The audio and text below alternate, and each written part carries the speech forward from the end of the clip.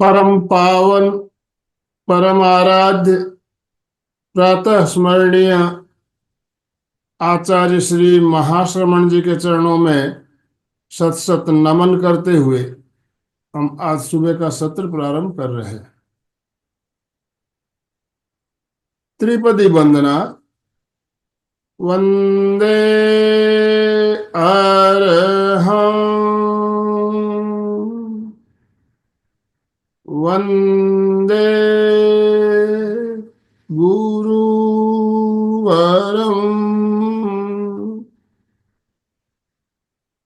वंदे सत्यम।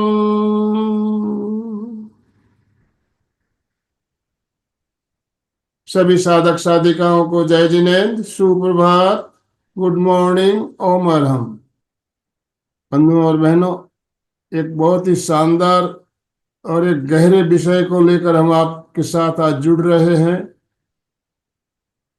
अधिकतर भाई बहनों का ये मानना है कि चित्त और मन एक ही है। इसके अंदर जो अंतर है, भेद है, उसको समझना जरूरी है। और मेरे पास बहुत बार ऐसे मैसेज भी आते हैं, फोन भी आते हैं कि चित्त क्या मन क्या, इसको जानना जरूरी है। तो आज सविता जी जैन हमारे साथ जुड़ी है इस विषय को लेकर हमारा मार्गदर्शन करने के लिए, और इस गहरे विषय को अति सरल शब्दों में हम समझने का प्रयास करेंगे। सविता जी एक बहुत ही अच्छी साधिका और एक बहुत अच्छी ट्रेनर, हमारा मार्गदर्शन बहुत दिनों से कर रही है। और परीक्षा ध्यान के रिलेटेड आपने बहुत एक अच्छी श्रृंखला भी पिछले दिनों ली थी, उसमें भी हमने चित्त और मन के बारे में थोड़ी सी व्याख्या की थी। आज उस विषय को और अधिक गहराई से समझने के लिए एक एक पॉइंट को क्लियर करते हुए हम व्याख्या करेंगे। तो हो सकता है एक सेशन में ये विषय कंप्लीट ना हो, दूसरा सेशन भी लेना पड़े। तो आप जो भी बातें आज हम जानेंगे इसको नोट डाउन करेंगे और इसको ध्यानपूर्वक सुनेंगे और गहराई से समझेंगे। तो मैं ज्यादा समय ना लेते हुए सविता जी आपसे निवेदन करना चाहता हूं, आप आज का सत्र शुरू करें। और आप सभी भाई बहनों से निवेदन, अपने अपने वीडियो ऑन कीजिए, अपने अपने वीडियो ऑन कीजिए पहले, और दोनों हाथ ऊपर करते हुए सविता जी का वेलकम, स्वागत कीजिए। सविता जी आपका बहुत बहुत स्वागत, बहुत बहुत अभिनंदन। और आपसे निवेदन, आप आज का सत्र, आज का जो विषय है उस पर मार्गदर्शन देते हुए आज के सत्र को शुरू करें। Over to you. बहुत बहुत आभार। ओम अरहम। ओम गुड अरहम। Morning, good morning. सुप्रभात। अगेन मुस्कुराते हुए चेहरों के साथ इस सेशन की शुरुआत करते हैं। तो जैसे आनंद सर ने बताया कि आज का जो विषय है वो है चित्त और मन। और इससे रिलेटेड डाउट्स भी बहुत रहते हैं, कोशिश रहेगी कि उनको क्लियर करें। तो लेट्स होप ये एक तरह से देखा जाए तो चाहे वो अध्यात्म है, चाहे वो योग है, चाहे मनोविज्ञान है, दर्शन है, हर क्षेत्र में चित्त और मन का बहुत ज्यादा कंफ्यूजन रहा है। इसको समझना समझाना थोड़ा सा मुश्किल हो जाता है। तो एक्चुअली में चित्त और मन में क्या भेद है, यही समझने और समझाने की कोशिश इस सेशन में की जाएगी। तो इसी से रिलेटेड आचार्य महाप्रज्ञ की एक बुक है चित्त और मन। उसमें कुछ लाइनें हैं और उनका भाव भी अगर हम समझें तो बहुत सिंपल भी है और बहुत गहरा भी है। उन्हीं लाइनों को एक बार मैं बताती हूँ। मन से परे है चित्त का अस्तित्व, जिससे बना है हमारा व्यक्तित्व। लाइक मन को तो हम फिर भी काफी हद तक जानते हैं क्या है कैसे है, बट मन से परे है चित्त का अस्तित्व। बहुत पीछे मन जो सामने नजर आता है वो है, और चित्त जो है, कह लो कि मन का ही बिल्कुल जो आंतरिक एरिया है वो चित्त है। तो उसी से हमारा अस्तित्व बना है, और जो अस्तित्व है वही हमारा व्यक्तित्व है। इसमें 5-6 लाइनें हैं। एक और चैतन्य की उपलब्धि का प्रश्न, दूसरी ओर बढ़ती हुई मन की उलझन। इनफैक्ट इन्हीं के अर्थों को अगर हम इजी वे में समझने की कोशिश करेंगे तो हमें बहुत इजीली ये समझ में आते चले जाएंगे कि एक और चैतन्य की उपलब्धि का प्रश्न, मतलब हम चाहते हैं कि हम अपने चेतन तक पहुंचे, चैतन्य तक पहुंचे, आत्मा तक पहुंचे। दूसरी ओर मन की बढ़ती हुई उलझन, लेकिन मन ही है जिसकी वजह से हम वहां तक नहीं पहुंच पाते हैं। आचार्य महाप्रज्ञ कहते हैं, समस्या है मन, समाधान है अमन। क्योंकि मन जब हम साइड में रख देते हैं, अमन की स्थिति में पहुंचते चले जाते हैं, तो अपने आप चैतन्य के करीब होते चले जाते हैं। मन का विलय कर अमन बने, सुलझेगी स्वतः जीवन की उलझने। स्पष्ट होगी चित्त और मन की भेद रेखा, प्राप्त होगा पथ अनदेखा। क्योंकि चेतना का ही जो पथ है वही अनदेखा पथ है। जब हम जैसे जैसे अंदर की ओर जाते चले जाते हैं तो वही हमारे सारी भेद खत्म होते चले जाते हैं। पूरी होगी अस्तित्व को पाने की चाह, बन जाएगी एक राही और राह। जैसे जैसे ध्यान में आगे बढ़ते हैं, यही छोटे छोटे प्रश्न हमारे सॉल्व होते चले जाते हैं, हम अपने आप अपने करीब आते चले जाते हैं और राही और राह एक होता चला जाता है। तो यही मकसद है इस एमपी के फिटनेस का भी, कि धीरे धीरे हम अपनी और गहराई में जाते चले जाएं और अपने चैतन्य के करीब आते चले जाएं। तो सबसे पहले हम मन को ही लेते हैं, क्योंकि मन के बारे में हम बहुत कुछ जानते हैं। तो क्या कोई बताना भी चाहेगा कि मन से हम क्या समझते हैं? चाहे मैसेज कर दे, चाहे हैंड रेज कर दे, तो मन एक्चुअली में जो हम दिन भर देखते हैं, कहते भी हैं मन बहुत चंचल है, मन को स्थिर करना है, ध्यान में मन नहीं लगता है। तो मन क्या है जिसकी वजह से हम सोचते हैं कि ये चंचल है और हमारा ध्यान भी इधर उधर भटकता है? आप चाहे तो हैंड राइज भी कर सकते हैं, आपको अनम्यूट करने का अवसर दिया जाएगा। मन के बारे में कुछ बात करना, संगीता जी ने हैंड राइज किया। संगीता जी बोलिए। मैम, मन ही है हमें सही रास्ते पे ले जाता है, मन ही है गलत रास्ते पे ले जाता है। मन ही हमारे दिन भर विचार, और हम जैसा दिन भर अपना कार्यक्रम रहता है वैसे ही विचार मन में आते रहते हैं, वैसे ही हमारी हैबिट हो जाती है। हमारा मन ही हमारे को खुश रखता है, दुखी करता है। मन का ही खेल है सब कुछ। बिल्कुल हाँ। सही। और किसी को कुछ कहना हो, विंध्याचल जी बोथरा, कुछ कहना है आपको, अनम्यूट कर सकते हैं। हाँ जी।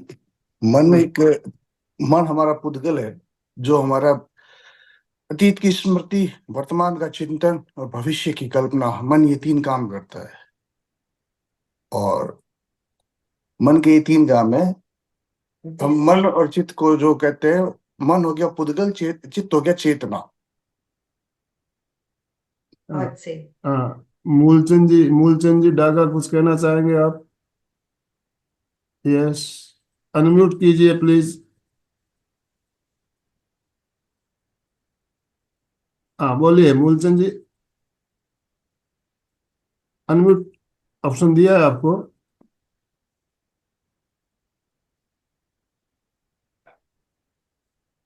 यस, वापस आप वापस म्यूट हो गए। जय जिनेन्द्र। मन चंचल है। मन के द्वारा ही सारा चीज संचालित होता है।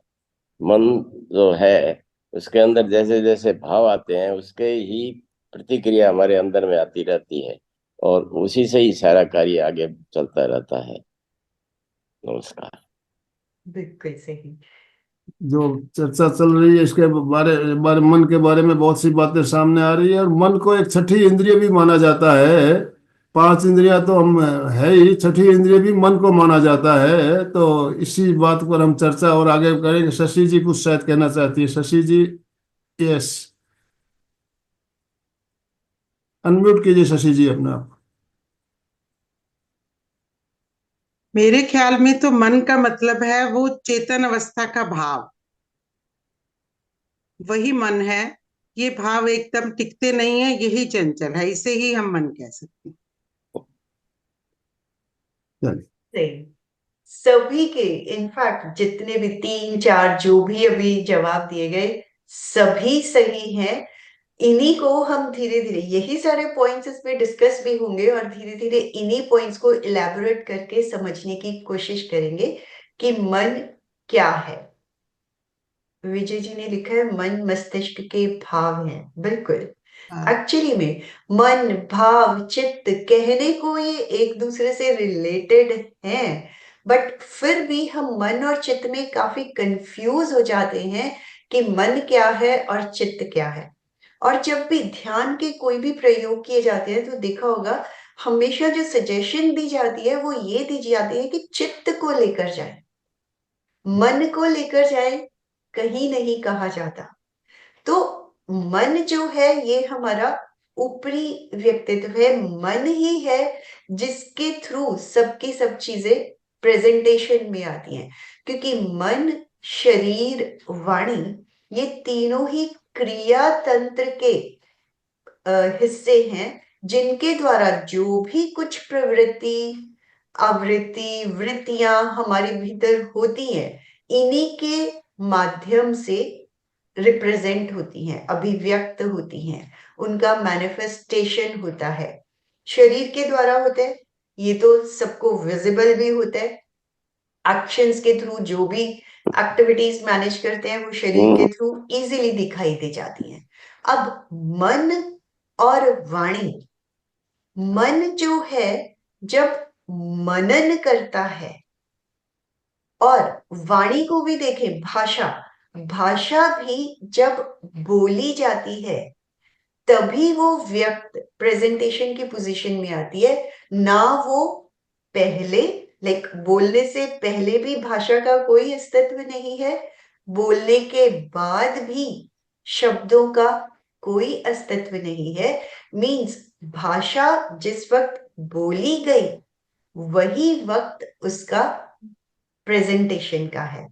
इन द सेम वे मन भी जब मनन करता है उसी वक्त उसकी अभिव्यक्ति, उसी वक्त पता लगता है कि मन में कुछ चल रहा है, सोच लिया, वो भी पास्ट हो गया, और अभी आगे क्या सोचना है वो तो हमें पता ही नहीं है। तो मनन की जो स्टेज है उसी वक्त मन है। अभी जैसे एक आंसर में आया भी था कि मन के 3 काम। माधुरी जी का मैसेज आ रहा है कि सुनाई नहीं दे रहा है। नहीं, आपकी आवाज क्लियर आ रही है। माधुरी जी, आपके यहाँ कोई प्रॉब्लम होगी? आप सबको क्लियर आ रही है ना आवाज? ठीक है। यस। तो मन के 3 काम ये भी हम सब जानते हैं, चिंतन, कल्पना, स्मृति। तो स्मृति, जब हम स्मृति करते हैं वो हमेशा पास्ट की है, ये भी हम सब जानते हैं। कल्पना इज ऑलवेज ऑफ फ्यूचर। और चिंतन जो होता है वो प्रेजेंट में होता है। लेकिन चिंतन होता किसका है? या तो पास्ट का या फ्यूचर का, लेकिन करते हम प्रेजेंट में हैं। तो ये तीनों के तीनों, चिंतन कल्पना स्मृति, आपस में गुथे हुए हैं। क्योंकि अब जैसे मान लो हम पास्ट की कोई चीज लेते हैं, 10 साल पहले क्या किया था, तो वो स्मृति में आया, उसको स्मृति में लाए, तब हमने उसका चिंतन किया। और अब मान लो हम कोई नया काम शुरू करते हैं, इसके क्या पर्सपेक्टिव होंगे, क्या फायदे होंगे, क्या नुकसान होंगे, तो वो हम अभी कल्पना कर रहे हैं, बट कल्पना भी प्रेजेंट में कर रहे हैं। तो तीनों ही एक दूसरे से गुथे हुए हैं, और ये सारी क्रियाएं मानसिक क्रिया है। मीन्स जो भी हम सोचते हैं उसी वक्त हमारा मस्तिष्क काम करना शुरू कर देता है। अब सोचना, अब अगर स्मृति को भी लें तो वो किस तरह से काम करती है। जो भी हमारा मेमोरी बैंक है, डेटा है जो ऑलरेडी स्टोर्ड है, उसी के अकॉर्डिंगली हम सोचना शुरू करते हैं। Means Smriti is what? Memory bank and data जो हमारे पास ऑलरेडी कलेक्ट हुआ है। अब जैसे किसी व्यक्ति को देखा, मस्तिष्क ने एकदम से काम करना शुरू किया और उसकी इमेज वहां पे, मस्तिष्क का कोई एक एरिया, उसकी छाप वहां पे पड़े। अब वो अपने आप कैसे अंदर स्टोर हो गया? जो मनन कर सके वो मन। यस, जो मनन करता है उसी वक्त मन काम कर रहा होता है।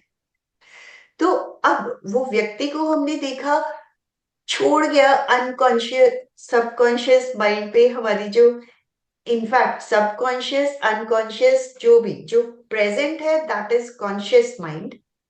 मन जिसे हम कहते हैं, जो भी हम विचार करते हैं वो कॉन्शियस माइंड के थ्रू करते हैं। और अब जैसे मैंने बताया कि किसी व्यक्ति को देखा, एक मस्तिष्क पे छाप पड़ी, वो कहाँ जाके मस्तिष्क के किस कोने में सेट हो गया, we never knows. But by chance वही व्यक्ति या कोई भी एक सिचुएशन वापस सामने आती है, तो कहाँ से वही मेमोरी वापस से हमारे पास आती है और उसी के साथ हम अपने आप को जोड़कर फिर से मनन शुरू कर देते हैं। ऐसा ही होता है। Interpreter that process all inputs taken by five senses. Yes. In fact, अभी हम फाइव सेंसेस पे ही आ रहे हैं।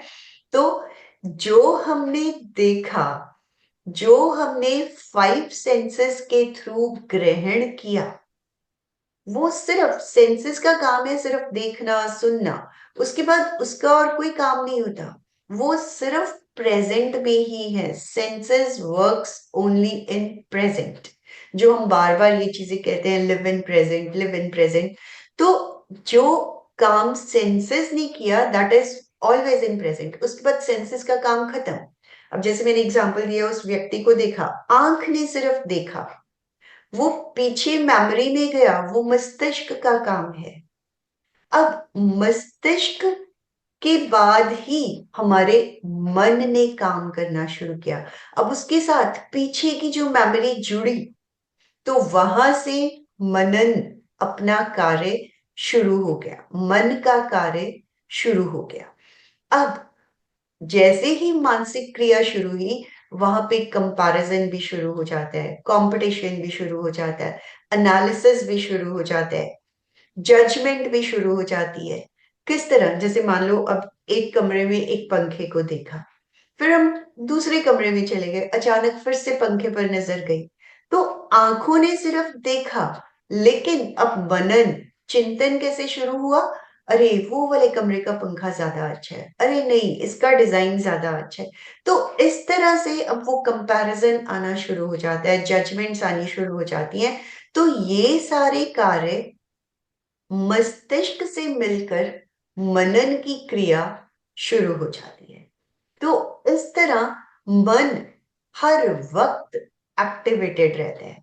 मन में कुछ ना कुछ चलता रहता है। अभी चाहे यहाँ पे ये सेशन भी चल रहा है, लेकिन बैक ऑफ द माइंड इसी से रिलेटेड कुछ ना कुछ हमारी मेमोरीज, पहले कभी कुछ सुना हुआ है, कुछ पढ़ा हुआ है, कुछ जाना हुआ है, उसी से हम चीजों को रिलेट करना शुरू कर देते हैं, उसी से रिलेटेड हमारे भीतर भाव बनने शुरू हो जाते हैं और वही चीजें हमारे सामने आनी शुरू हो जाती, अभिव्यक्त होती है, प्रेजेंटेशन होती है, शरीर के माध्यम से, वाणी के माध्यम से, मन के माध्यम से। तो ये तीन सोर्सेस हैं जिनके थ्रू मन की क्रियाएं, शरीर की क्रियाएं और वाणी की क्रियाएं होती हैं। और इन्हीं से हम बाहरी दुनिया से कनेक्शन में भी आते हैं, कांटेक्ट भी कर पाते हैं।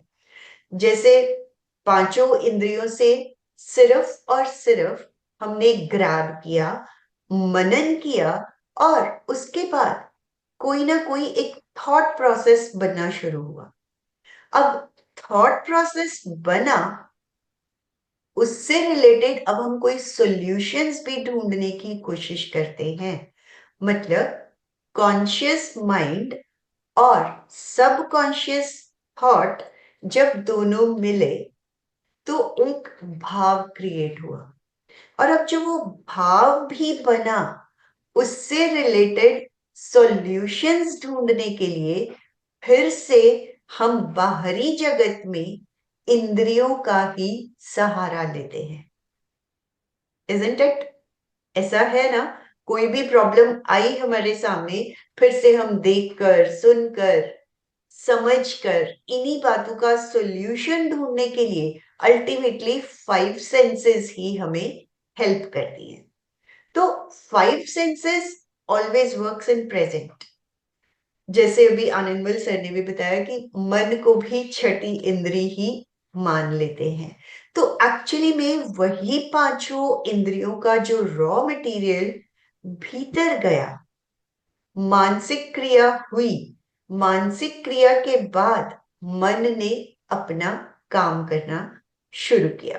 अब मन जो है वो किस तरह से काम करते हैं, इसके बारे में भी हमने अप टू सम एक्सटेंट जानने की कोशिश की कि कैसे सभी के सभी भाव भीतर जाते हैं, इनफैक्ट भीतर से ही बाहर आते हैं। तो अल्टीमेटली इन सब चीजों को कुछ तो है जो कंट्रोल कर रहे हैं, मैनेज कर रहे हैं। इसका भी जवाब इनफैक्ट जब स्टार्टिंग में थोड़ी सी डिस्कशन चली थी तो अल्टीमेटली था कि चेतना, कहीं तो कुछ है जिनसे ये सारी चीजें रेगुलेट होती हैं। जिस तरह बाहरी वातावरण में कहा जाता है कि कुछ तो है जो हर चीज को कंट्रोल करती है, मैनेज करती है, तो इसी तरह हमारे शरीर के भीतर भी कोई तो शक्ति है जो हर एक्टिविटी को, हर शारीरिक क्रिया को मैनेज करती है, और हमारे सामने वही चीजें आनी शुरू हो जाती हैं। तो देखा जाए तो मन जो है, जैसे हमने कहा कि बहुत चंचल है, इधर उधर घूमता रहता है, मंकी माइंड जैसे मंकी है, एक पेड़ से दूसरे पेड़ पर, एक ब्रांच से दूसरे ब्रांच पर हमेशा फुदकता ही रहता है, उछलता रहता है, कूदता रहता है। इसी तरह मन है, आज वो लंदन घूम रहा है, आज क्या मतलब with in few seconds America में चला गया, कश्मीर चला गया, मंदिर चला गया, इवन नाइट क्लब्स चला गया। तो मन तो सारा दिन कहीं ना कहीं घूमता ही रहता है। तो अब मन को मैनेज कैसे करें? अब जैसे हमने स्मृति और कल्पना की भी बात की, तो क्या स्मृति और कल्पना जरूरी भी है? यस और नो? स्मृति और कल्पना हमें चाहिए या बिल्कुल नहीं होनी चाहिए? यस, इनफैक्ट स्मृति और कल्पना से ही जीवन चलता भी है। इवन अगर ध्यान की भी बात कहें, शशि जी ने आंसर दिया यस, यस, क्योंकि देखिए स्मृति है, होनी चाहिए, यस बिल्कुल होनी चाहिए। ध्यान के पर्पज से भी अगर हम देखा जाए, हमारे पास स्मृतियां हैं, किस तरह का आलंबन लेना है, कौन सा आलंबन लेना है, तो वो स्मृति में है, तभी तो हम उस आलंबन को ले पाते हैं। लेकिन अब उसमें करना क्या है कि हमें एक ही आलंबन पे अपने आप को टिकाना है। तो जब हम एक ही आलंबन, चाहे वो हमने श्वास को देखना शुरू किया, चाहे चैतन्य केंद्रों को देखना शुरू किया, चाहे मंत्र के प्रकंपनों को अनुभव करना शुरू किया, शरीर के प्रकंपनों को अनुभव करना शुरू किया, तो किसी भी एक आलंबन की हमें स्मृति रखनी है, और उसी पर जब हम लंबे समय तक अभ्यास के साथ, एवरीथिंग इज पॉसिबल, एक ही आलंबन पर हम टिके रहते हैं, तो एक्चुअली में वही हमारे मन की पहली विजय है। अब अगर कल्पना की बात करें, कल्पना किस तरह से ध्यान में सहायक है? कल्पना ही तो हम करते हैं कि शरीर रुई की तरह हल्का हो जाए, भारी हो जाए। तो कल्पनाएं ही, और मंत्र, कई तरह के ध्यान भी हैं जिनमें कल्पना की जाती है। तो कल्पना जब हम करते हैं तभी हम ध्यान में भी आगे बढ़ पाते हैं। अगेन, कल्पना में भी पूरी तरह से अपने भाव को जोड़ दिया, और उसी कल्पना पर पूरी तरह से स्ट्रिक हुए। जो कल्पना हमने अपने मन में लाई उसी के ऊपर पूरी तरह से अपने आप को टिका दिया।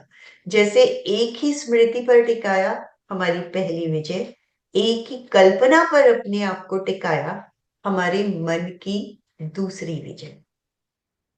अब जब हम एक एक पॉइंट पर ही एकाग्र होना सीख गए तो चिंतन विचार भी अपने आप एक ही आलंबन पर आने शुरू हो जाते हैं। तो ऑटोमेटिकली हम मन पर विजय पाते चले जाते हैं। और अब अगर हम डे टू डे लाइफ में भी देखते हैं स्मृति और कल्पना। अब किसी ने मोबाइल की कल्पना की, किसी ने ये लैपटॉप्स की कल्पना की, तभी तो आज वो हमारे सामने है। कल्पना के थ्रू ही तो आविष्कार होते हैं, नई नई रिसर्चेस पहले मस्तिष्क में कल्पना ही तो की जाती है। उड़ने की कल्पना की गई तो एरोप्लेन हमारे सामने आए। तो कल्पना से ही सब चीजें, लेकिन अब कल्पना और स्मृति में like excess of everything is bad. जिन चीजों को हम रियलिस्टिक वे में ला सकते हैं वही कल्पनाएं, वही स्मृति अगर हम करते हैं तो ही हमारे विचार भी धीरे धीरे कम होते चले जाते हैं। लेकिन हम स्मृति में भी क्या, अब स्मृति और कल्पना दोनों ही आपस में जुड़े हुए हैं कि अब जैसे मान लो कोई रिसर्च भी करनी है, ऑलरेडी हम इतना कुछ कर चुके हैं, अब कोई मिस्टेक वहां पे आ रही है उसको हमने ओवरकम करना है। तो इस तरह से स्मृतियां काम करती हैं। कल्पना स्मृति चिंतन जैसे पहले भी कहा गया कि तीनों आपस में गुथे हुए हैं। डे टू डे लाइफ में भी इनकी बहुत जरूरत है। अब किसी से मिलते हैं, बात करते हैं, या ध्यान में भी देखा कि कल्पना स्मृति की कितनी आवश्यकता है। डे टू डे लाइफ में भी कल्पना और स्मृति की कितनी आवश्यकता है। तो जरूरत है। Again excess of everything is bad.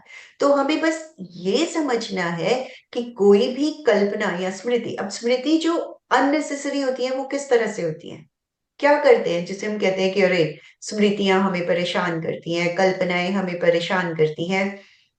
मन चंचल मन चोर, मन के मते न चलिए, यह पलक पलक में और।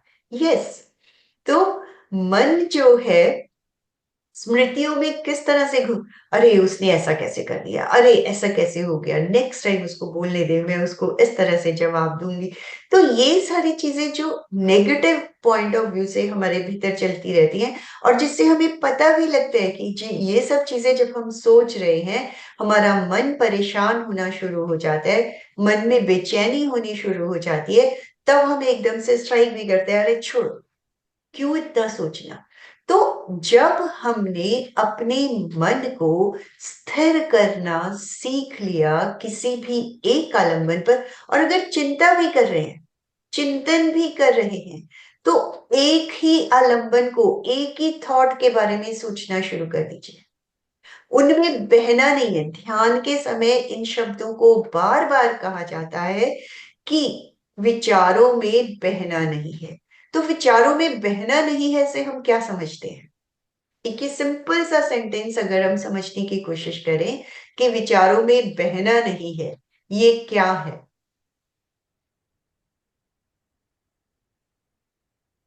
कोई बताना चाहेगा?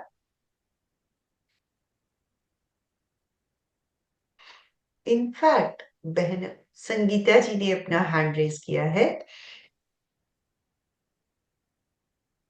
अनम्यूट कीजिए। हाँ जी, हम जब ध्यान करते हैं मैम विचार आते रहते तो हम लेट उनको ध्यान नहीं देते, अपने ध्यान में कंसंट्रेट करना चाहिए, उसे ही कहते हैं। बिल्कुल सही। इनफैक्ट देखिए ये मत सोचिए कि मेरा जवाब गलत होगा या सही होगा। हम में से कोई भी परफेक्ट नहीं है, बट एक कोशिश भी की जाती है तो वो भी अपने आप में बहुत मायने रखती है। विंध्याचल जी, यस, अनम्यूट कीजिए। lack of concentration एकाग्रता का भाव। बिल्कुल। और एक मैसेज अशोक जी ने लिखा है, राग द्वेष से नहीं जुड़ना। राइट। अब विचार आने शुरू हुए, हम बहना कैसे शुरू कर देते हैं? जैसे ही वो थॉट शुरू हुआ, हम उसी के बारे में सोचते चले जाते हैं। सोचना इन द सेंस, बहना इन द सेंस, ऐसा क्यों हुआ, ऐसा तो नहीं करना चाहिए था, वो अगर ऐसा करते हम ऐसा कर सकते थे। इस तरह से हम आगे से आगे उसी थॉट प्रोसेस में बहते चले जाते हैं। तो क्योंकि ये भी एक एडिक्शन है, एक बुरी आदत विचार में बहना। अब जब हम एक बार वो प्रोसेस शुरू कर देते हैं, उसी के साथ एक के बाद एक विचार आते चले जाते हैं। चाहे वो एक विचार था जिससे हमने शुरू किया, और अगर हम जज करना, अपने आप को देखना शुरू करेंगे, जिस विचार को हमने शुरू किया वो तो कब छूट गया, और वो कितने ही फर्दर विचारों से कन्वर्ट होके हम कहाँ तक पहुंच गए, हमें खुद भी नहीं पता होता। लेकिन जब हम ध्यान करना सीख जाते हैं, हम उन विचारों को भी देखना शुरू कर देते हैं, तो एक ही विचार पे स्ट्रिक्ट भी होना सीख जाते हैं। वही जैसे एक आलंबन, तो एक तरह से वो विचार प्रेक्षा, वो भी हम एक ही विचार पर रुकने शुरू हुए, तो वो विचार भी फिर धीरे धीरे खत्म होता चला जाता है। क्योंकि जैसे ही हमने अटैचमेंट छोड़ी, क्योंकि बहना क्यों शुरू हुआ, क्योंकि हमारा उसके साथ राग जुड़ा, द्वेष जुड़ा, मोह जुड़ा, लाइक्स जुड़े, डिसलाइक्स जुड़े, हम विचारों में बहना शुरू हो गए। तो जैसे ही हमें समझ में आया, अरे मैं तो बहुत विचार कर रही हूँ, इमिडिएटली हमने उसको ब्रेक लगाया, ब्रेक लगा के उसको देखना शुरू किया, तो वो धीरे धीरे खत्म होना शुरू किया। These are the all stages of ध्यान ओनली। एक ही दिन में ये सारी चीजें मैनेज नहीं होती हैं, क्योंकि अभी तक तो हमें पता ही नहीं है कि ध्यान, हमें दिन भर में कितने विचार आते हैं। और हम ये भी कहते हैं ध्यान करने बैठते हैं तो बहुत विचार आते हैं। एक्चुअली में जब हम ध्यान करने बैठे, अब हमें समझ में आने लगा कि सच में विचार आ रहे हैं। विचार तो दिन भर चल रहे होते हैं। कितने विचार आते हैं एक दिन में? 60 to 70,000 एक दिन में विचार आते हैं। तो वो तो चल ही रहे हैं, ध्यान के वक्त भी चल रहे हैं, लेकिन अब हमने उनको पकड़ना शुरू कर दिया। हमें अब वो समझ में आने लग गए हैं कि हाँ, इतने विचार आते हैं मुझे। तो वो भी प्रैक्टिकली देखा जाए तो ध्यान की ही एक स्टेज है कि हमें समझ में तो आया कि इतने विचार आते हैं। तो अब जब वो इतने विचार आए, अब हमने उनको देखना शुरू किया। देखते देखते वही विचार कम भी होना शुरू हो जाते हैं। अब एक सिंपल सी टेक्निक, हम भोजन खाते हैं। भोजन खाना, भोजन करना इज अ सिंगल प्रैक्टिस, बस। मतलब एक कार्य जो हम कर रहे हैं। अब भोजन करने की प्रक्रिया हार्डली 10, 15, 20 मिनट्स की, और उसके अंदर विचार, जब हम भोजन कर रहे होते हैं उस वक्त भी उस 10, 15, 20 मिनट में कितने विचार आ चुके होते हैं। मतलब उस एक प्रक्रिया के साथ कितनी प्रक्रियाएं जुड़ चुकी होती हैं। तो अगेन, ध्यान की प्रक्रिया में जुड़ने के बाद हम अप टू सम एक्सटेंट भोजन को भी भाव क्रिया के साथ करना सीख जाते हैं। भाव क्रिया इन द सेंस कि चाहे अब वो जो हम 2 फुलके खाते हैं या थोड़े से चावल खाते हैं, तो कम से कम 1 टुकड़ा या 1 चम्मच, 2 टुकड़े, 4 टुकड़े तो उस पूरे भोजन के प्रोसेस में पूरे भाव से ले ही पाते हैं। यस और नो? जैसे जैसे हम ध्यान को समझना शुरू करते हैं, ठीक है, पूरे 10 मिनट तक तो हमारा भाव नहीं बन रहा है कि हम पूरे 10 मिनट तक उस खाने को पूरे भाव के साथ खा पाए या पूरी जागरूकता के साथ खा पाए। बट मे बी 2 टुकड़े, 4 टुकड़े तो एक रोटी में, जैसे ही हमें याद आता है अरे विचारों को छोड़ो, पहले खाना खा लेते हैं, तो एक्चुअली में जिस तरह हम घर में सब मेंबर्स को या बच्चों को सजेशन देते हैं ना कि अरे पहले ये काम कर ले, बाद में कुछ और करना, इस तरह हमें अपने मन को सजेशन देनी है। चाहे हम भोजन कर रहे हैं, चाहे हम ध्यान कर रहे हैं, उस वक्त अगर हम अपने आप को ये मैसेज देते हैं, अरे सोचने का काम तो दिन भर का रहता है, 2 मिनट ध्यान से बैठ के ध्यान तो कर लो, श्वास तो देख लें, अपने आप को ये मैसेज दिया। भोजन कर रहे हैं, भोजन को ध्यान से तो कर लें, एटलीस्ट 2 टुकड़े 4 टुकड़े तो हम ध्यान से खा लें। तो जहां हमने एक आलंबन लाया, अपने आप को उस पे कंसंट्रेट करना शुरू किया, पूरी तरह से एकाग्र होना शुरू किया, तो ऑटोमेटिकली ही वहां पे हमारा मन टिकना शुरू हो जाता है। बेसिकली मन को ही हमें लेकर आना है, और ज्यादातर ये कहा जाता है मन को कंट्रोल करें, लेकिन ध्यान में कंट्रोल शब्द को ना लाकर मैनेज करना कहा जाता है। कंट्रोल, अगर हम किसी चीज को कंट्रोल करते हैं तो वो और ज्यादा छटपटाते हैं और तेजी से इधर उधर भागना शुरू कर देते हैं। जैसे कहा भी जाता है बच्चों को ज्यादा कंट्रोल किया तो वो भी और ज्यादा हाइपर एक्टिव या इस तरह से होते चले जाते हैं। तो मन की भी वही बात है। अब अगर एक पतंग का एग्जाम्पल लेते हैं, पतंग को ढीला छोड़ दिया जाता है, उसकी डोर को ढीला छोड़ दिया जाता है, जितना उसको ढीला छोड़ते हैं वो और ऊपर जाती चली जाती है। अब अगर उसको एकदम अचानक खींचा, तो ये भी देखते हुए है और कहा भी जाता है कि जो डोर का ही, जो हमारे मांझी का ही कांच होता है, उससे हाथ भी कट जाता है। तो जैसे ही अगर कस के उस डोर को खींचा, तो वही बात हमारे मन की भी है। अगर वो एक ही दिशा में, एक ही विचार पे जा रहा है, अचानक ब्रेक कहीं पे लगाया, अचानक एक्सीडेंट्स भी होते हैं। जब कस के रोड पे ब्रेक लगाई जाती है तो एक्सीडेंट्स ही होते हैं।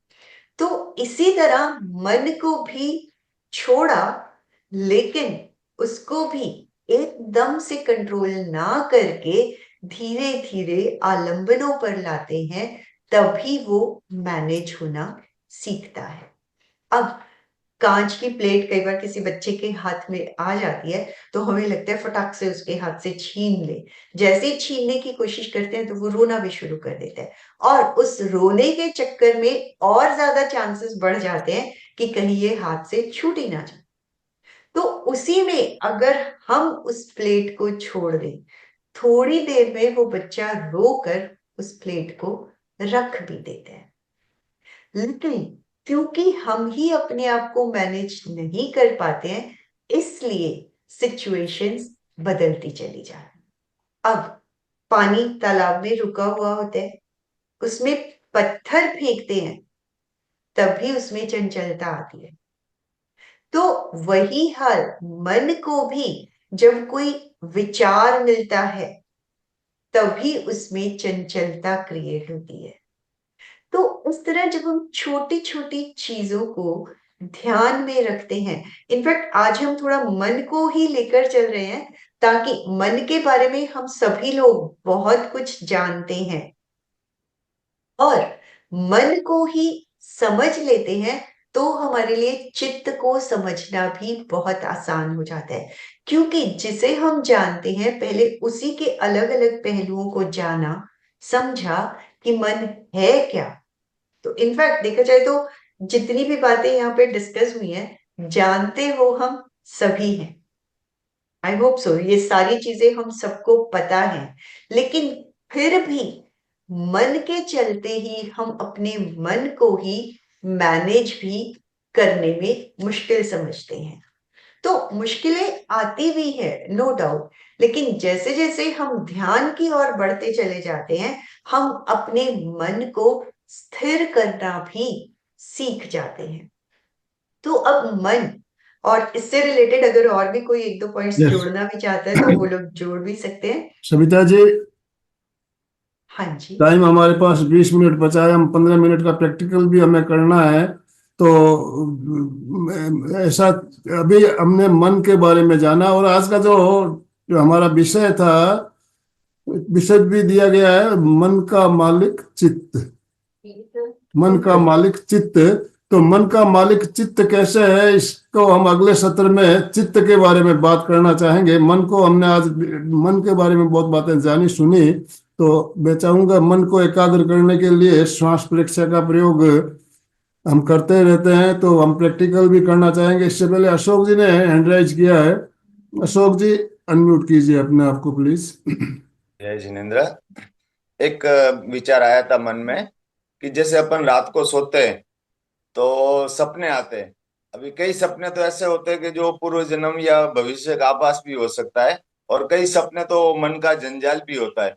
तो अपने को कैसे पता चल सकता है कि भाई वो अपने भविष्य का सपना है कि कैसे, उसके बारे में कुछ? ये क्वेश्चन तो थोड़ा सा क्रिटिकल है, क्योंकि देखिए, पता तो नहीं चलता है कि कौन सा हमारे फ्यूचर से रिलेटेड है और कौन, और मैक्सिमम तो यही मान के चलिए कि मन का जंजाल ही रहते हैं, क्योंकि फ्यूचर से रिलेटेड है भी तो फ्यूचर तो ऑलवेज इनप्रिडिक्टेड है।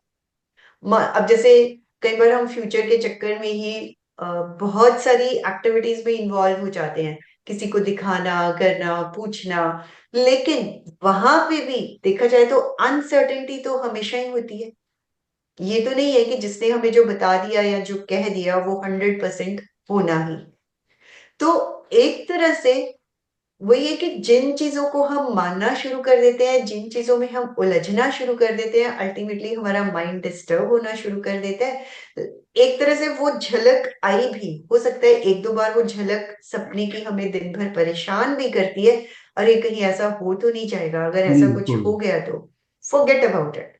सविता जी अपने देखिए, आप को जैसे अशोक जी ने कहा भी रात को सोते समय सपने आते हैं, सोते सपने सपने दिन में भी आते हैं, दीवा जागृत अवस्था में भी सपने आते हैं। कभी कभी ऐसा होता है हम जाग रहे हैं बिल्कुल, उस समय भी हमारे सामने कोई दृश्य ऐसे जैसे फिल्म चल रही है ऐसे हमारे सामने आता है, दीवा स्वप्न कह सकते हैं उसमें, या कुछ भी नाम दिया जा सकता है।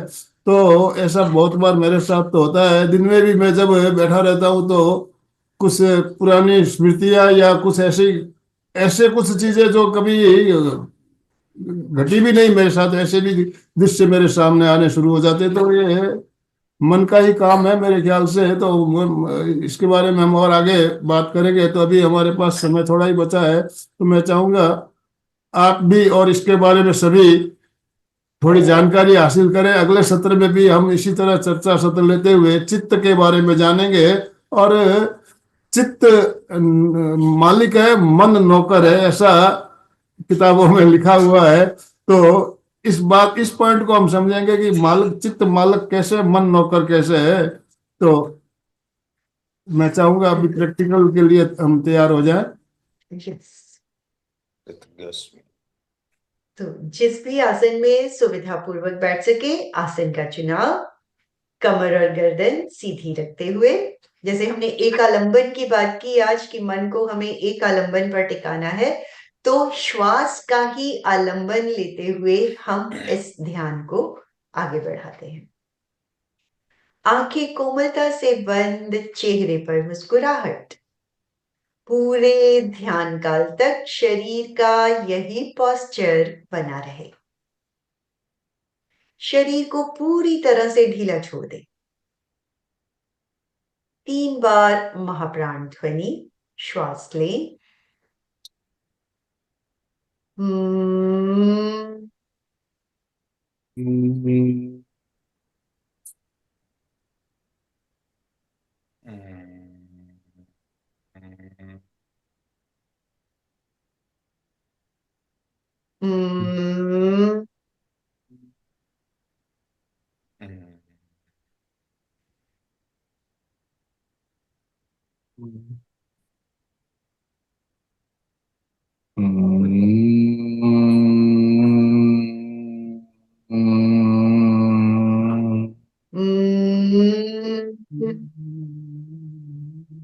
हम्म।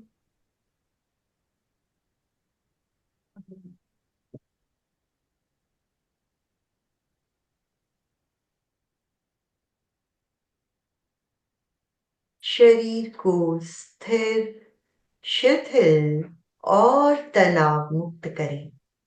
ढीला छोड़ें, कहीं कोई अकड़न जकड़न ना हो। रिलैक्स्ड, शांत, शिथिल। शरीर पूरी तरह से शिथिल हो गया है, एक एक सेल भीतर तक रिलैक्स्ड, शांत।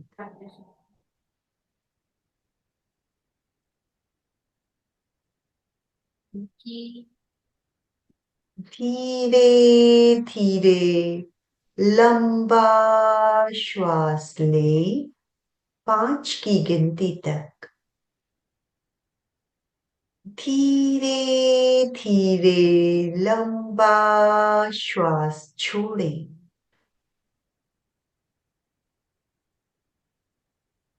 जितना समय पहली बार श्वास को लेने और छोड़ने में लगे, प्रत्येक श्वास को उतना ही समय लेने और छोड़ने में लगे। लयबद्ध समताल श्वास, rhythmic breathing।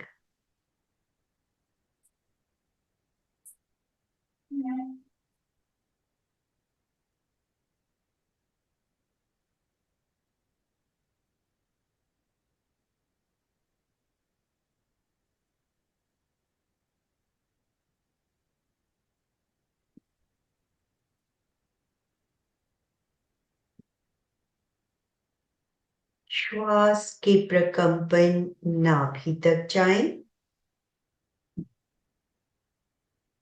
लयबद्ध श्वास चलता रहे। लेते हुए पेट की मांसपेशियां फूलती हैं। छोड़ते हुए पेट की मांसपेशियां सिकुड़ती हैं।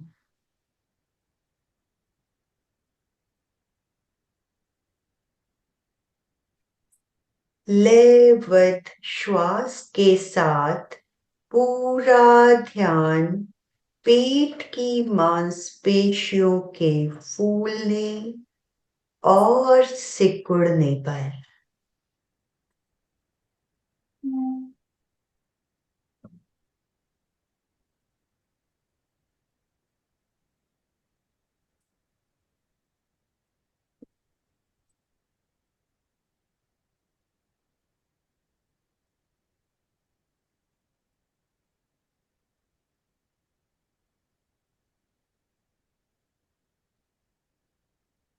अगर कोई विचार आता है तो उसे केवल देखें, दृष्टा भाव से देखें।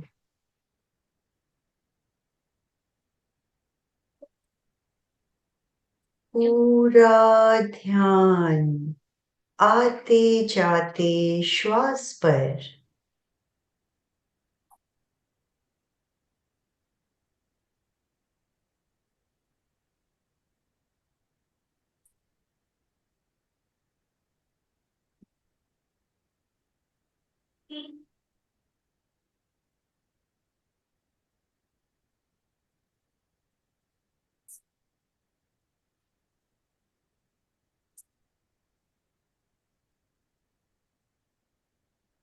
चित्त को दोनों नथुनों के भीतर संधि स्थल पर ले आए।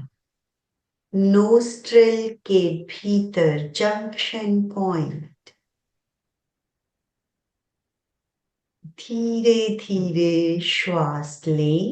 लयबद्ध समताल श्वास चलता रहे।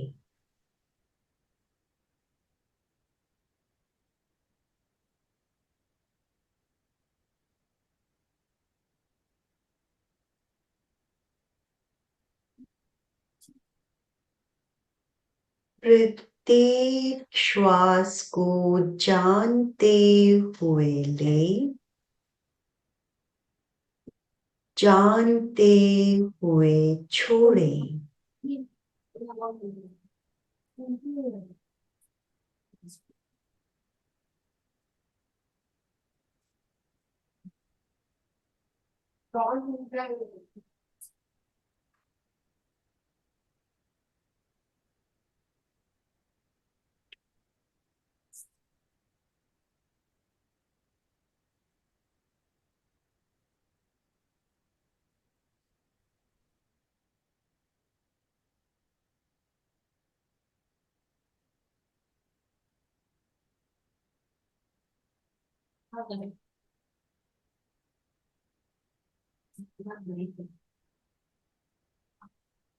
पूरा ध्यान आते जाते श्वास पर। अगर कोई विचार आता है तो श्वास को रोकें, जहां है वहीं पर रोक दे। श्वास संयम।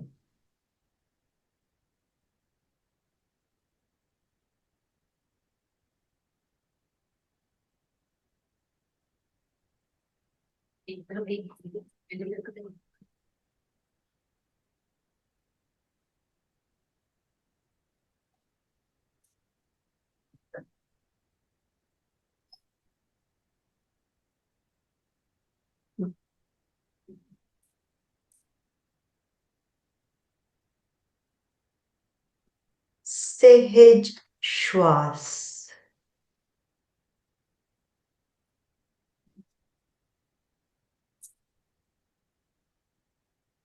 प्रयत्न को छोड़ दें।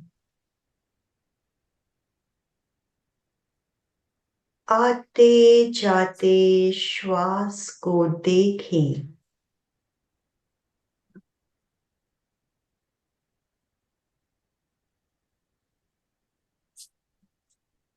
सहज श्वास के बीच के कुंभक को ऑब्जर्व करें। श्वास लेते हुए भी और बाहर आते हुए भी कुछ पल के लिए श्वास रुकता है, उसे ऑब्जर्व करें, देखें, प्रेक्षा करें।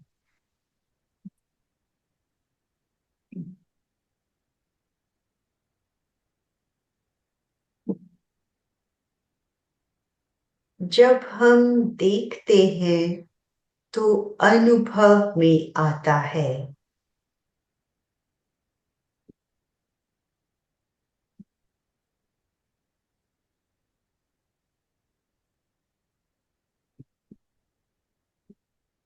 वही पल निर्विचारता का भी है।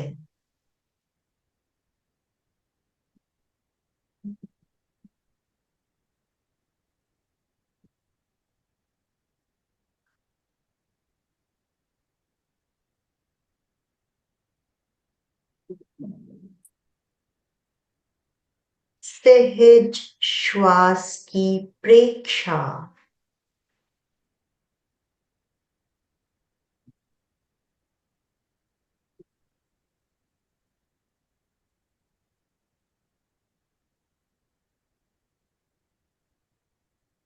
प्रयत्न रहित श्वास।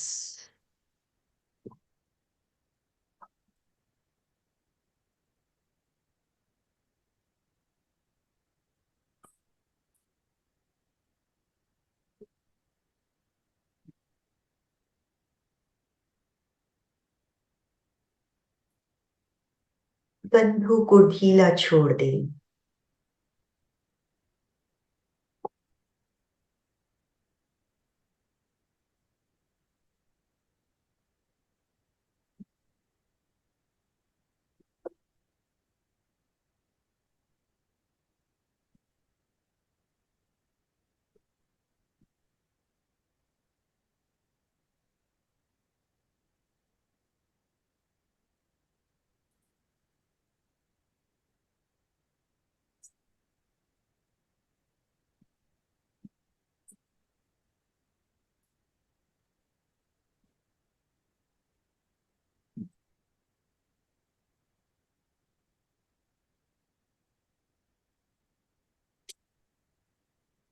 चित्त को ज्योति केंद्र ललाट के मध्य भाग पर ले आए।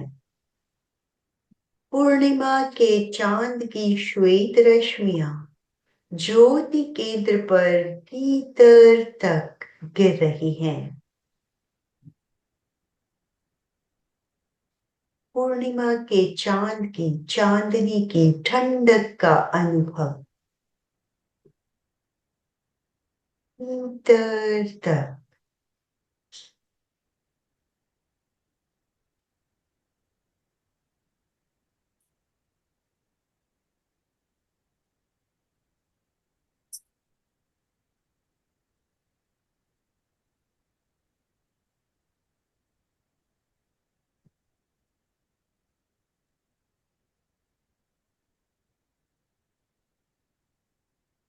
चित्त को पूरे ललाट पर फैला दें। चमकते हुए श्वेत रंग का ध्यान पूरे ललाट पर।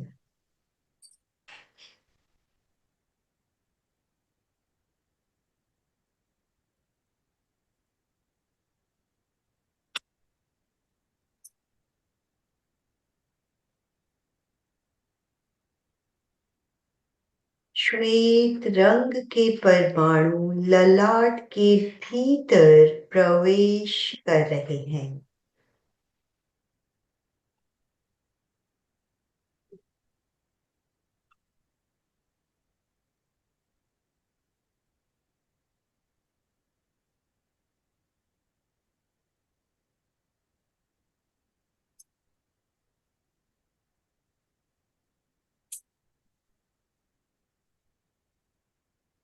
पूरा ललाट भीतर तक चमकते हुए श्वेत रंग के परमाणुओं से भर गया है।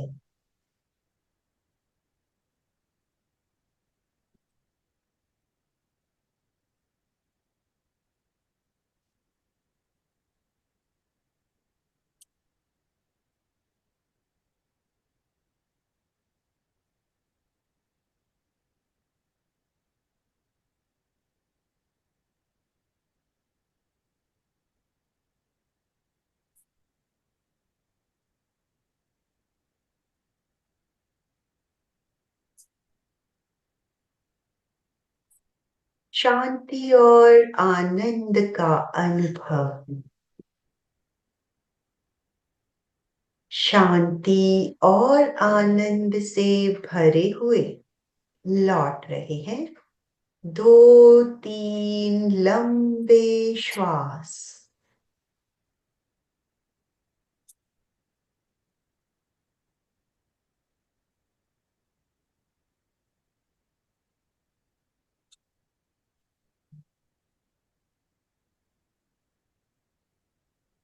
श्वास के साथ शरीर को एक्टिवेट करें। शरण सूत्र का उच्चारण एक बार। अर्हन्ते शरणं पवचामि। सिद्धे शरणं पवचामि। साहू शरणं पवचामि। केवलिपणतं धम्मं शरणं पवचामि। दोनों हथेलियां आंखों पर। हथेलियों की गर्माहट का अनुभव। अंधेरे में आंखों को टिमटिमाएं। धीरे धीरे रोशनी आने दें। नीचे देखते हुए आंखें खोलें। ओम अरहम। तो अभी हमने प्रैक्टिकल प्रयोग भी किया। चित्त को एकाग्र करने के लिए श्वास प्रेक्षा का प्रयोग, और भी बहुत सारे प्रयोग किए जाते हैं, तो उसमें से एक प्रयोग हमने आज किया। इसी टॉपिक पर हम आगे कंटिन्यू करते हुए अब चित्त के बारे में चर्चा करेंगे। आज मन के बारे में बात की, और चित्त मालिक कैसे है इस बात को समझना है। बंधु और बहनों, देखिए, हमारे घरों में गाड़ियां, कार सबके घर पे होती है। सबके घर में, मेरे ख्याल से कार तो सबके घर में होगी, आप लोगों के घर में भी होगी। तो कार चलाने के लिए हमें ईंधन चाहिए, पेट्रोल या डीजल या कुछ भी हो, बैटरी से भी चलती है, तो टैंक फुल कर लिया, आप गाड़ी चल जाएगी क्या? जब तक इंजन को स्टार्ट नहीं करेंगे, जब तक इंजन को स्टार्ट नहीं करेंगे गाड़ी नहीं चलेगी। इस बात को हम सब जानते हैं भी, इंजन को भी स्टार्ट करना पड़ता है। इंजन स्टार्ट करने के लिए पेट्रोल उसमें या ईंधन डालना पड़ता है। उस पेट्रोल के अंदर एक पावर है, एक पावर है जो हमें दिखता नहीं है। पेट्रोल तो हमें दिखता है, पेट्रोल हमें दिखता है, डीजल भी दिखता है, लेकिन उसके अंदर जो पावर छुपा हुआ है वो हमें दिखता नहीं है, जिससे वो गाड़ी इंजन स्टार्ट होता है। तो इस बात को हमें समझना है कि मेरी मेरी दृष्टि से जो चित्त है, चित्त है वो पावर है। वो चित्त जो है वो उसके अंदर छुपा हुआ पावर है, उसको हमें समझना जरूरी है। तो इस विषय पर हम अगले सत्र में चर्चा करेंगे। विजय जी ने इसमें हैंड रेज किया है मैसेजेस में, जी, तो वो विजय पोखर पोखरना, विजय हाँ जी। पोखरना, यस, अनम्यूट कीजिए विजय जी। जय जिनेंद्र साहब, आज का सेशन बहुत अच्छा लगा और काफी अच्छे एग्जाम्पल्स देकर के सेशन को समझाया गया। जैसे पानी में कंकड़ डालने पे प्लेट का है, पेट्रोल का उदाहरण है। ये ऐसे उदाहरण हैं जिससे हम बहुत अच्छी तरह से किसी बात को ग्रैस्प कर सकते हैं, समझ सकते हैं। और एक मेरा थोड़ा सा प्रश्न था, विशुद्धि केंद्र पे कौन से कलर का ध्यान करना चाहिए? विशुद्धि केंद्र पर अलग अलग जब हम प्रयोग करते हैं तो अलग अलग रंग को ध्यान होता है। जब हम जी नौकार मंत्र का ध्यान करते हैं उस समय पीले रंग का ध्यान किया जाता है। नौकार जी जी, मंत्र ओके। में पीले रंग का ध्यान किया जाता है, और जब हम दूसरे प्रयोग करते हैं उस समय नीले रंग का ध्यान भी होता है। लेस्या अच्छा, ध्यान, ठीक जब है। लेस्या ध्यान करते हैं उस समय अलग रंग का ध्यान होता है। कई कई में हम हरे रंग का भी ध्यान करते हैं। तो हम जिस टॉपिक पर हमारा ओके, ध्यान हो रहा है उसके अनुसार ध्यान होता है। ठीक, तो थैंक यू सर। अलग अलग हमारे ध्यान के जो ओके, चरण है, चरण के आधार पर नीला रंग भी होता है, पीला भी होता है, ओके, हरे रंग का भी ध्यान है। हमारे हमें बताया था अभी, हरे रंग का भी ध्यान किया जा सकता है। तो अलग अलग प्रयोग के अनुसार रंग का चयन किया जाता है। ठीक, ओके सर, थैंक ओम और हम यू। तो समापन की ओर चले। दोनों हाथ जोड़ते हुए, रीढ़ की हड्डी गर्दन सीधी कर रखते हुए मेरे साथ साथ सभी मानसिक उच्चारण करें। मैं चैतन्यमय हूं, चैतन्य में हूँ, मैं आनंदमय हूं, आनंद में मैं हूँ, शक्तिमय हूं। शक्ति में मेरे हूँ, भीतर अनंत मेरे चैतन्य का, अनंत चैतन्य आनंद का, का अनंत शक्ति का सागर लहरा रहा है। इसका साक्षात्कार करना ही मेरे जीवन का परम लक्ष्य है। हमारा आज का दिन मंगलमय हो, आनंदमय हो, शांतिमय हो। इन्हीं शुभ भावनाओं के साथ ओम शांति शांति शांति। कृतज्ञोस्मि, हम सब गुरुदेव के आभारी हैं। कृतज्ञोस्मि, हम सब गुरुदेव के आभारी। गुरुदेव के आभारी हैं। ओम अरहम। आप सभी का बहुत बहुत धन्यवाद। अशोक जी स्लोगन के साथ समापन। जय जिनेंद्र। आज हमने जाना कि मन रूपी घोड़े को श्वास रूपी लगाम से अगर कंट्रोल करेंगे तो सुखी रहेंगे। इन्हीं शुभ भावनाओं के साथ सभी साधक साधिका एक साथ में उच्चारण करेंगे। फिटनेस का डोज 1 घंटा रोज, फिटनेस का डोज 1 1 घंटा घंटा हर रोज, रोज, फिटनेस का डोज 1 1 घंटा घंटा हर रोज। रोज। ओम ओम